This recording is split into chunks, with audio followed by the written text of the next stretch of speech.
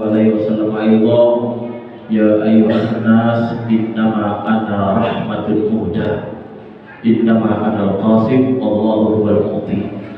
Wa qala Nabi sallallahu alaihi wasallam ayat man ahya sunnati faqad ahabbani wa man ahabbani kana ma'i fil jannah.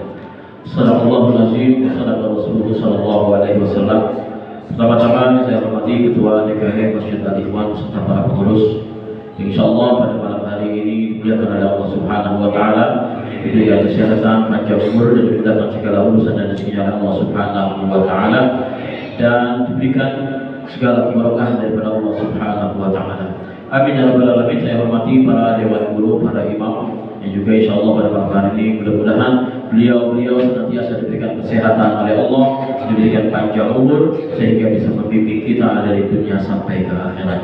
Amin ya rabbal alamin. Saya hormati bapak-bapak, ibu-ibu, kaula muda, kaula mudi, adik-adik, jamaah Maulid Nabi Muhammad SAW, khususnya yang hadir pada malam hari ini. Mudah-mudahan pada malam hari ini semua dosa-dosa kita diampuni oleh Allah Subhanahu wa taala, dipanjangkan umur kita, disehatkan badan kita, dipanjangkan rezeki kita oleh Allah Subhanahu wa taala dalam keadaan taat beribadah kepada Allah Subhanahu wa taala, dan dimudahkan segala urusan kita dan rezeki kita oleh Allah Subhanahu wa taala, dan mudah-mudahan pada malam hari ini kita mendapatkan ilmu yang bermanfaat sehingga menjadi pemimpin kita dan juga pembawa kita nanti di yaumil qiyamah. Amin ya rabbal alamin. Alhamdulillah pada malam hari ini bertepatan di malam Senin dan juga pas di tanggal 12 Rabiul Awal. Ini adalah salah satu momen yang mungkin kita akan bertemu lagi 10 tahun ke depan. Karena perputaran dengan waktu yang sama bisa jadi 10 tahun, 8 tahun, tergantung rupiah atau hilal setiap bulannya. Maka sebab itu, jika waktu yang bersamaan dengan peristiwa yang besar, ya kan, dan Allah pun disuruh mengingatkan wadhkur fi ayyamillah, dan ingatlah momen-momen di mana Allah memberikan peristiwa-peristiwa fi ayyamillah, di hari-hari yang sudah tercatat di dalam Al-Quran dan juga di dalam hadis atau sejarah daripada baginda Rasulullah Sallallahu Alaihi Wasallam. Maka momen Maulid ini secara peristiwa kita sedang melaksanakan 3 peristiwa yang besar. Pertama, lahirnya baginda Rasulullah Sallallahu Alaihi Wasallam pas di tanggal 12 Rabiul Awal. Yang kedua, hijrahnya Nabi ke Madinah, itu pun di tanggal 12 Rabiul Awal ketika sampai ke Madinah. Dan kemudian wafatnya Nabi pun jatuh pada tanggal 12 Rabiul Awal. Maka malam ini kita merayakan pas bertepatan dengan malam 12 Rabiul Awal. Maka ketika momen ini bertepatan dengan hari yang agung, maka para orang-orang soleh mereka berusaha untuk menghidupkan malam yang istimewa ini. Kenapa? Karena kalau tidak ada Rabiul Awal, kalau tidak ada 12 Rabiul Awal, maka tidak akan ada alam ini. Ya, oleh sebab itu sangat beruntunglah kita masih bisa merayakan malam Maulid baginda Rasulullah SAW dan masih diberikan kesehatan oleh Allah Subhanahu wa taala. Maka oleh sebab itu, marilah sama-sama kita pahami dan kita mengikuti daripada sunnah ataupun akhlak daripada baginda Rasulullah Sallallahu Alaihi Wasallam. Kalau kita melihat semua akhlak Nabi dan mengikuti semuanya, maka nggak bakal sanggup.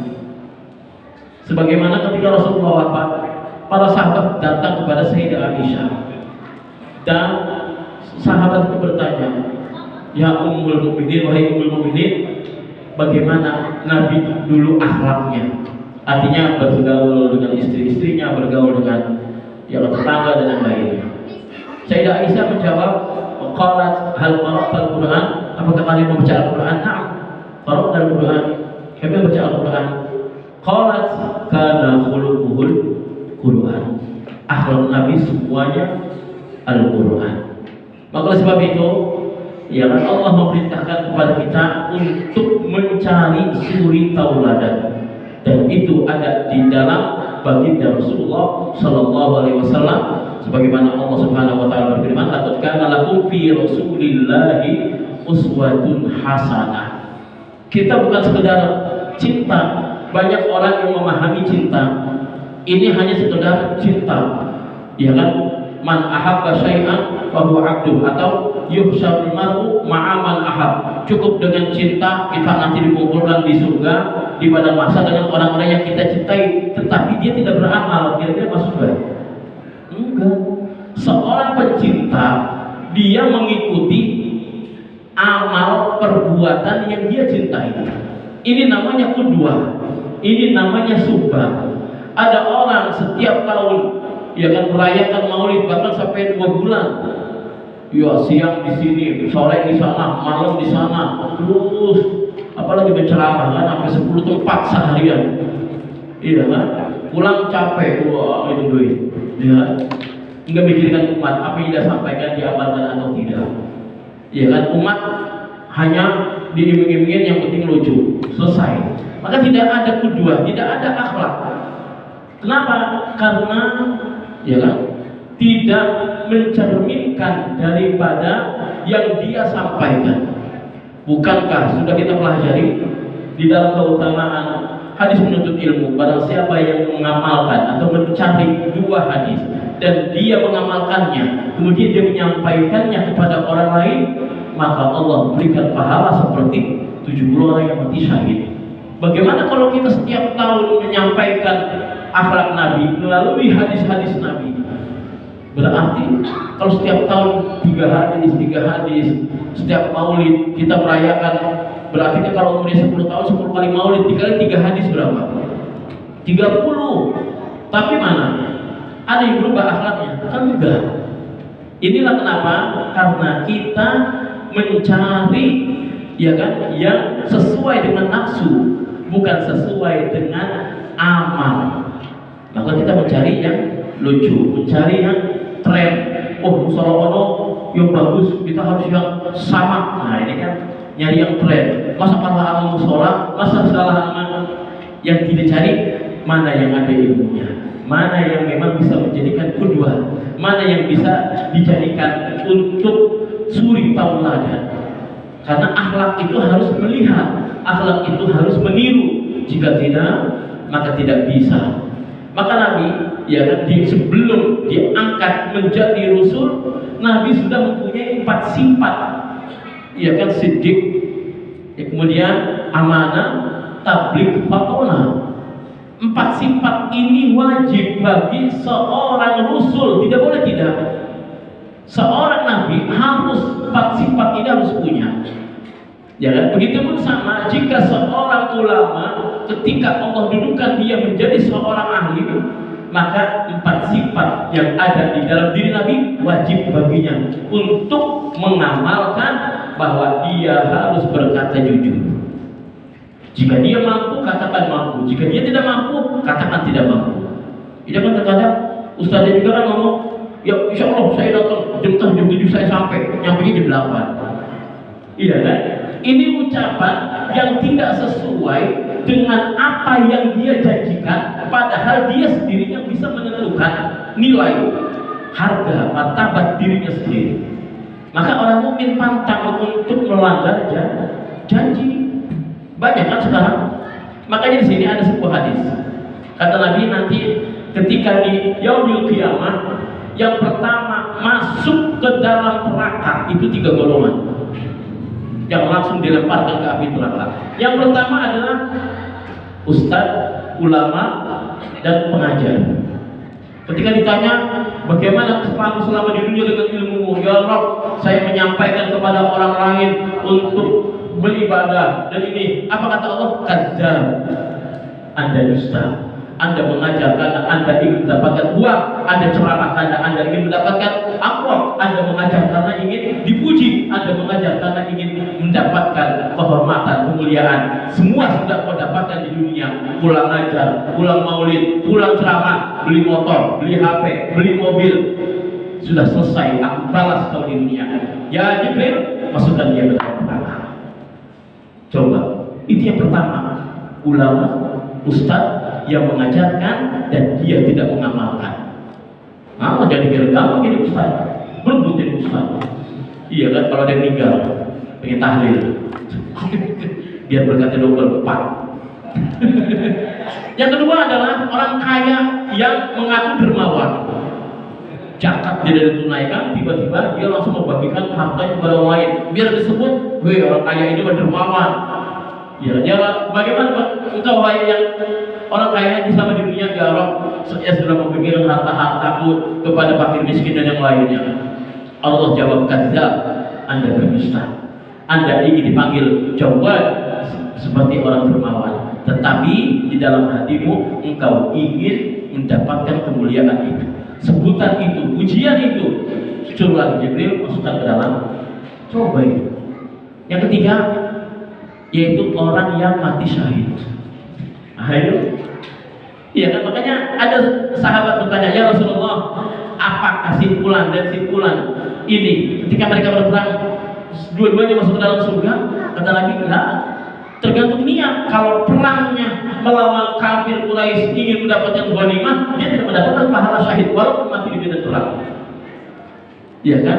Tetapi ada yang memang dia yang rajin menuntut ilmu atau dia bakti kepada ibunya, mungkin dia mati walaupun di kasur, matinya mati syahid. Jadi bukan amal zahir yang dia lakukan, tetapi amal yang dia lakukan lillah. Ini susah, sehingga dia seorang ulama bisa menyampaikan yang hak dan yang batil. Ya kan, ibu-ibu, bapak-bapak, yang ini haram, ya kan, yang ini tidak. Ini kan jadi berani. Yang ini riba, yang ini, tapi kan cuma sedikit usaha, ya kan? Bahaya. Itu kan disebut dengan apa namanya, murtad secara intikad. Tapi kan gampang apa, cuma sedikit mah. Nah ini hati-hati. Maka sebab itu, coba, ya kan, jangan sampai kita termasuk orang yang tiga ini. Dan kita niatkan kembali, ya kan, dimanapun di situ ada majlis-majlis ilmu, majlis zikir, majlis maulid, karena sebentar lagi, ya kan, banyak undangan di musolaan. Ambil setiap kita mau berangkat, Bismillahirrahmanirrahim, ya Rabb, ilmu apa yang akan kau berikan kepada. Maka nggak bosan. Iya, terkadang kita ngaji apa? DKM fikih, fikih muluk. Nah ini kan ternyata begitu kan? Kenapa? Karena dia tidak memikirkan bahwa ilmu itu kan rezeki. Iya. Orang jika paham, sekarang kita baca satu hadis, entar 2 minggu, 3 minggu lagi kita baca lagi.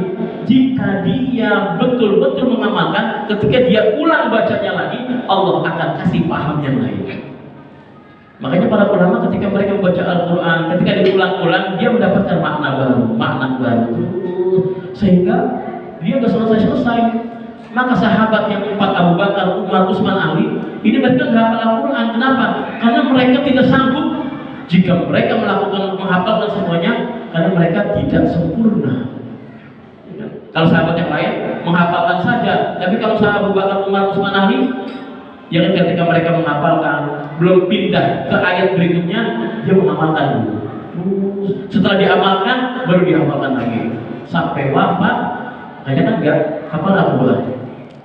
Ya, tetapi apa yang sudah dia hafal, sudah dia amalkan. Sebagaimana Imam Bukhari menuliskan di dalam Sahih Bukharinya ada 4.700 lebih hadis, itu semuanya sudah diamalkan dan semuanya langsung bertemu dengan perawinya langsung. Dan sebelum ditulis di dalam kitab Bukharinya, beliau sholat sunnah 2 rakaat per satu hadis.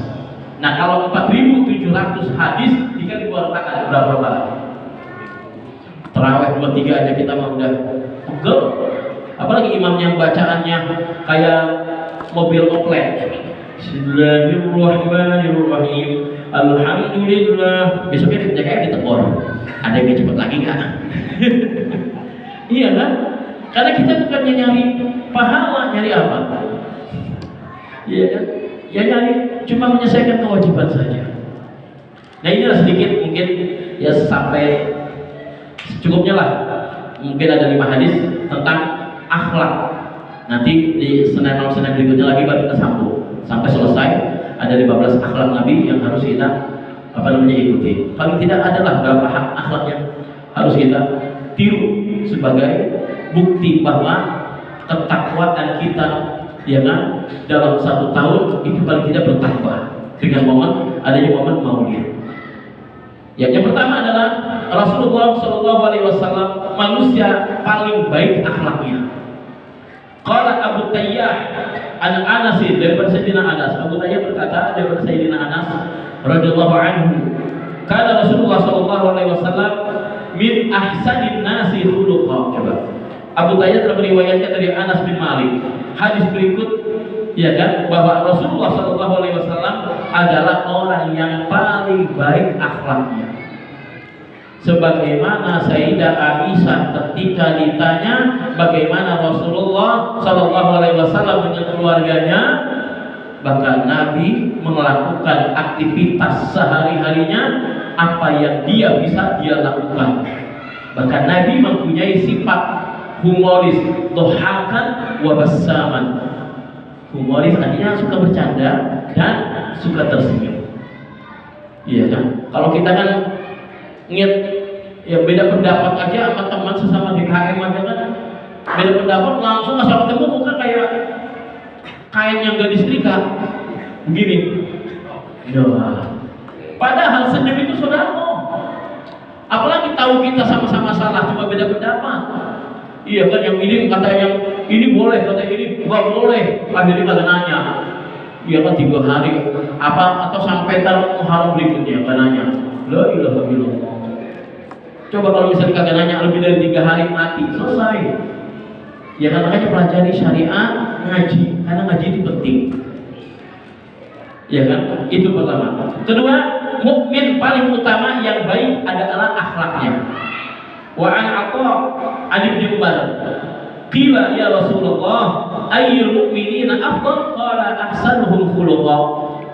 Diriwayatkan daripada Atha dari Ibnu Umar bahwa pernah ditanyakan kepada Rasulullah SAW amal apa atau ayyul mu'minin, manakah orang mukmin yang paling utama?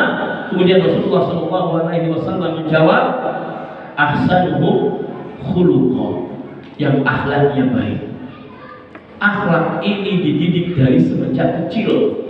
Bahkan Rasulullah SAW ya kan di dalam Tarbiyatul Aulad, kitab Tarbiyatul Aulad tadi mendidik anak-anak itu memberikan ya kan hadis bahwa adibu auladakum, ajarkan anakmu adab. Kan masih kecil. Nah kalau kecilnya nggak diajarkan adab, maka sampai gede sholat pun nggak punya adab. Iya kan? Orang sudah takbir dia masih lari-lari, masih ngobrol. Ya Allah. Iya kan? Kenapa? Masih lari sono, lari sini, lari. Karena tidak diajarkan oleh orang tuanya. Ya kan? Maka ketika dimarahin pun nggak bakal bisa berhenti. Karena memang tidak ada adab, tidak ada akhlak di dalam, ya kan? Sopan santun di dalam dia bergaul kepada orang lain. Ajarkanlah kalau sholat ketika sudah usia tamyiz 7 tahun maka nggak boleh tengah tengok, nggak boleh ngobrol, nggak boleh lari-larian. Nah ini sholat imam lagi sujud masih ada suara lari. Bagaimana larinya gimana itu? Iya kan? Adab. Karena anak yang sudah tamyiz 7 tahun, ya kan? Sholatnya harus seperti yang sudah sama seperti dewasa, nggak boleh bercanda, nggak boleh. Ya kan? Kalau kita Syafi'i sholat menghadap kiblat dan kemudian mata kita melihat tempat sujud. Beda dengan sholatnya Imam Hanafi, sholatnya melihat ke atas. Allahu Akbar. Fawalli wajhaka syatral masjidil haram. Artinya ya kan menghadap ya kan ke kiblat, bukan ke sejadah. Makanya makruh kalau Imam Abu Hanifah masjidnya ditulisin kaligrafi karena dia melihat ke atas. Makanya jangan heran kalau di Mekah itu Allahu Akbar. Ya, kalau kita begini makruh, harus melihat. Nah itulah kalau ada ilmu kan enak. Rasulullah SAW menjawab, orang yang paling baik akhlaknya adalah orang orang yang paling baik di antara mereka, artinya akhlak. Karena akhlak inilah yang akan menentukan kualitas seseorang, ketakwaan seseorang. Karena takwa, akhlak ini akan membentuk karakter di dalam dirinya. Kemudian yang ketiga, orang berakhlak dapat kedudukan yang mulia. An-Law bin Abbad an Sabit an Anas al-Marfu' innal 'abda la yablughu bi husni khuluqihi darajatil akhirah wa syarafal manazil wa innahu la dha'iful ibadah wa innahu la yablughu bi su'i khuluqihi darajat jahannam wa huwa 'abidun. Diriwayatkan dari Nuh Ibnu Abbad, dari Sabit, dari Anas secara marfu, sesungguhnya seorang hamba benar-benar dapat mencapai tingkatan yang tinggi di akhirat dan kedudukan yang mulia berkat akhlaknya yang baik, padahal sesungguhnya ia lemah dalam ibadah. Artinya ibadahnya lemah ini nggak banyak ibadahnya, cukup yang wajib-wajib saja dan rawatib udah, iya kan? Dan sesungguhnya dia benar-benar dijerumuskan ke dalam dasar neraka jahanam karena keburukan akhlaknya, walaupun ia ahli ibadah, rajin, sholawat, nggak berhenti lah, jangan hadir pengajian di mana-mana, tetapi sama sekali tidak punya adab, tidak punya akhlak, maka tempatnya adalah yang paling buruk di dasar jahanam. Ya kan, neraka jahanam, jangan yang paling bawah. Jangan. Ini bagi orang yang tidak berakhlak. Sedangkan munafik di bawahnya lagi, bidarkil asfal. Ya kan, dalam kerak, aspal itu bawahnya kerak, dekat apa? Api neraka. Yang keempat, orang berakhlak dapat kebaikan dunia dan akhirat. Daripada Sinan bin Harun, dari Humaid, dari Anas, secara marfu hadisnya, zahaba husnul khuluqin bi khairi dunya wal akhirah. Ya kan, bahwa akhlak yang baik itu akan memborong sebuah kebaikan dunia akhirat. Ya kan, dengan adab, dengan akhlak dia akan malu untuk melakukan maksiat. Dengan adab dan akhlak dia akan malu untuk mencaci maki orang lain. Dengan adab dan akhlak dia akan malu berkata yang kotor. Karena semua ini adalah bagian daripada iman. Yang terakhir, yang nomor 5, orang yang berakhlak dapat derajat tinggi di sisi Allah. Wa an Aisyah, daripada Sayyidah Aisyah marfu'an, secara hadisnya marfu', innal 'abda la yablughu bi husni khuluqihi darajatal qa'imil laili wa sa'imil nahar. Sesungguhnya seorang hamba benar-benar mendapatkan atau dapat mencapai derajat orang yang selalu sholat malam dan puasa di siang harinya berkat kebaikan akhlaknya. Ini pahala, beradab, berakhlak, dihina, dicaci, dimaki, biarkan. Karena kenapa? Tidaklah Allah mengirim hambanya atau manusia untuk menguji kekasihnya otomatis harus dengan orang lain. Maka orang yang paham dengan apa yang semua terjadi di muka bumi ini, baik yang menghina, mencaci, maki, dia akan mengatakan ini adalah ujian dari Allah. Jika ada yang menghina, mencaci, memaki, ya kan?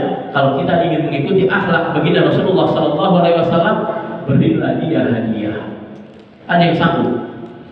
Ya kan? Teman kita menghina kita, langsung kirimin pulsa 200.000. Ya, terima kasih ya karena Anda sudah membuat nama saya jelek, mungkin itu membuat koleksi saya, maka ini hadiah dariku untuk 200.000. Langsung dia senang, bisa mencaci maki lagi, kirimin lagi 200.000. Sampai kapan? Sampai Allah memberikan hidayah. Ini akan menjadi amal soleh kita di akhirat. Enak gak? Susah. Iya. Maka Sayyidina Hasan, cucu Nabi, ya kan? Karena orang yang menghina Ahlul Bait itu bukannya ya kan sekarang doang, dari zamannya Sayyidina Nabi masih hidupnya udah ada. Iya kan? Ya Nabi itu gak punya keturunan laki-laki, abtar. Nabi itu gak punya keturunan, gak bang. Makanya langsung dijawab oleh Allah, inna syani'aka huwal abtar. Ketika cucunya udah besar, Sayyidina Hasan dengan anaknya, ya kan, Ali Zainal Abidin, kemudian ditanya, ya ayahku, tolonglah orang yang menghina kita atau menghina ayah, dikatain begini, ya kan, tolong balas dengan kata-kata yang lebih jelek. Diam sejenak, diam Sayyidina Hasan.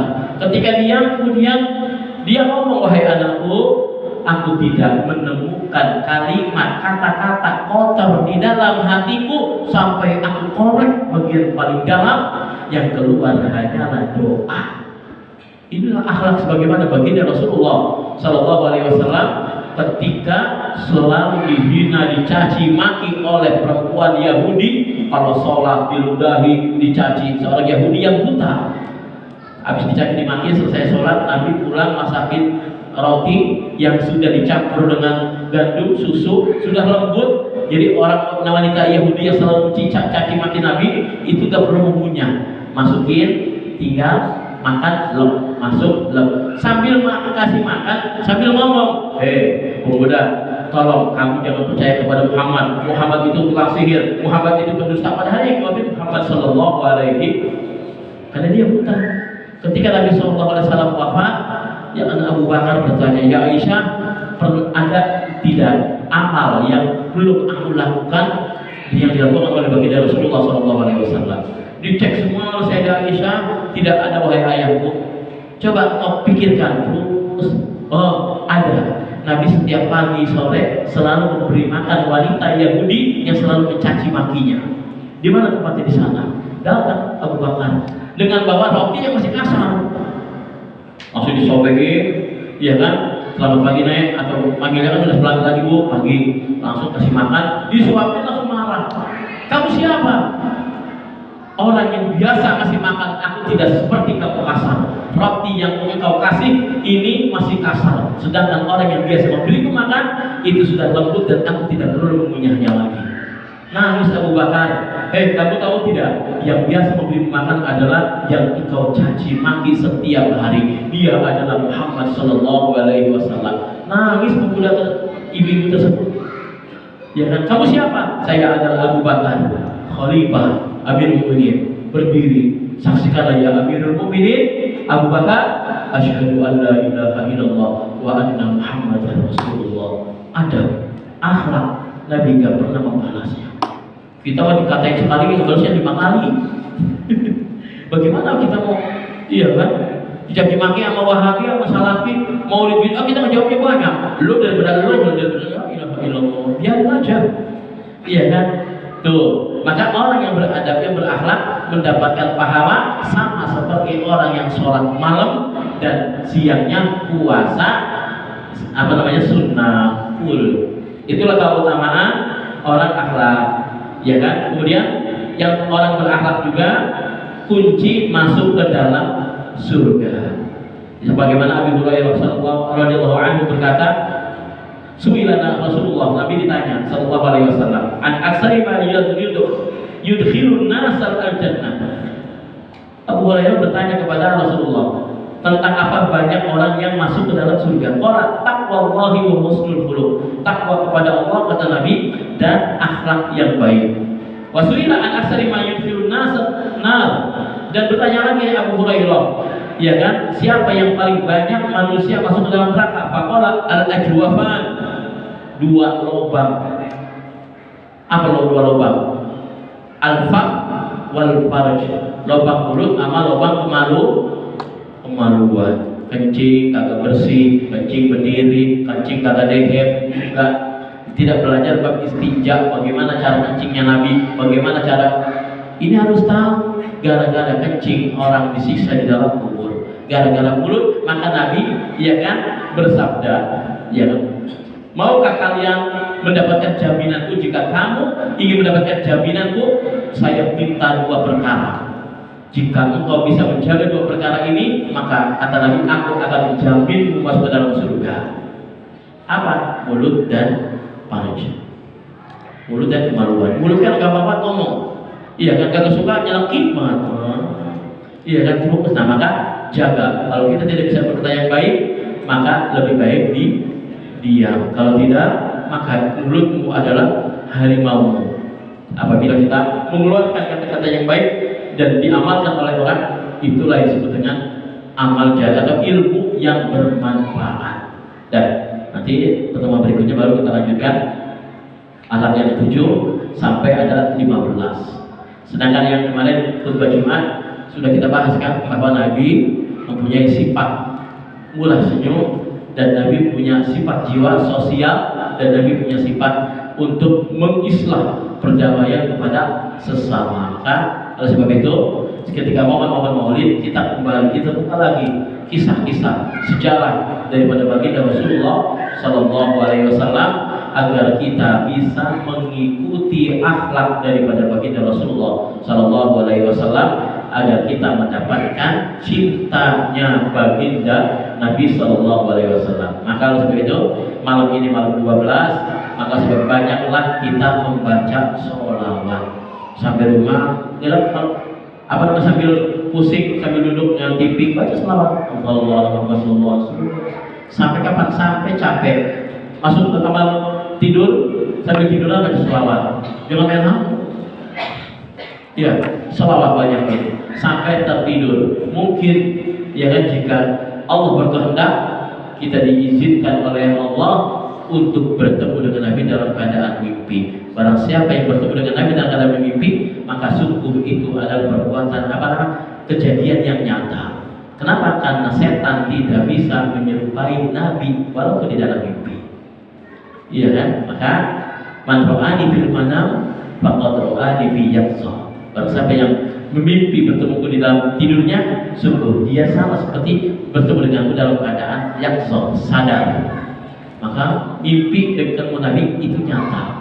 Ya, maka sebab itu mudah-mudahan apa yang kita niatkan, yang sudah disumbangkan, ya kan, harta kita di dalam merayakan Maulid pada malam hari ini, insya Allah Allah akan ganti 1000 kali lipat, bahkan lebih, mungkin 100, 700. Wallahu yudha'ifu liman yasha. Jika kita ikhlas, jika kita lillah, maka Allah akan membalasnya tak terhingga, sampai mungkin Allah memberikan lebih dari yang kita butuhkan jika kita ikhlas. Ya, mari sama-sama kita mohon kepada Allah Subhanahu wa taala, mudah-mudahan apa yang kita dapatkan pada malam hari ini dapat kita amalkan di dalam kehidupan sehari-hari, dan mudah-mudahan pahala yang kita dapatkan pada malam hari ini jadi penolong kita, membela kita nanti di yaumil qiyamah, dan mudah-mudahan kita mendapatkan syafaatul uzma daripada baginda Rasulullah Sallallahu Alaihi Wasallam. A'udzubillahi minasyaitonir rajim. Bismillahirrahmanirrahim. Alhamdulillahirabbil alamin. Hamdan yuwafi ni'amahu wa yukafi mazidah. Ya Rabbana lakal hamdu kama yanbaghi li jalali wajhika wa 'azimi sultanik. Allahumma shalli ala Muhammad wa ala ali Muhammad. Allahumma ighfir lana dhunubana wa li walidina warhamhuma kama rabbayana shaghira. Rabbana hab lana min azwajina wa dhurriyyatina qurrata a'yun waj'alna lil muttaqina imama.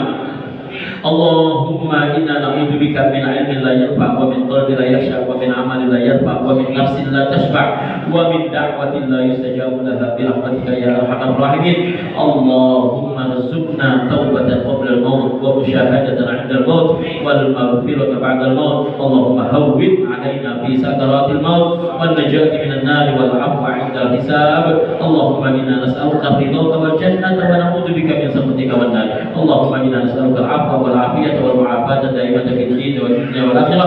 اللهم إنا نتوسل إليك بحبيبك ونبيك محمد صلى الله عليه وسلم اقض حاجتي وحاجة الحاضرين والحاضرات في هذه المجلس المباركة وحاجة المسلمين والمسلمات والمؤمنين والمؤمنات، حاجة مبرورة وذنبا مغفورا وسعيا مشكورا وعملا مقبول وتجارة لن تبور. ربنا ظلمنا أنفسنا وإن لم تغفر لنا وترحمنا لنكونن من الخاسرين. ربنا آتنا في الدنيا حسنة وفي الآخرة حسنة وقنا عذاب النار. وصلى الله على سيدنا محمد sayyidina Nabi Rumi wa ala alihi wa sahbihi wa baraka wa sallam bi fadli subhana rabbika rabbil izzati amma yasifun wa salamun alal mursalin walhamdulillahi rabbil alamin. Kurang lebihnya mohon maaf. Wassalamualaikum warahmatullahi wabarakatuh. Alhamdulillah.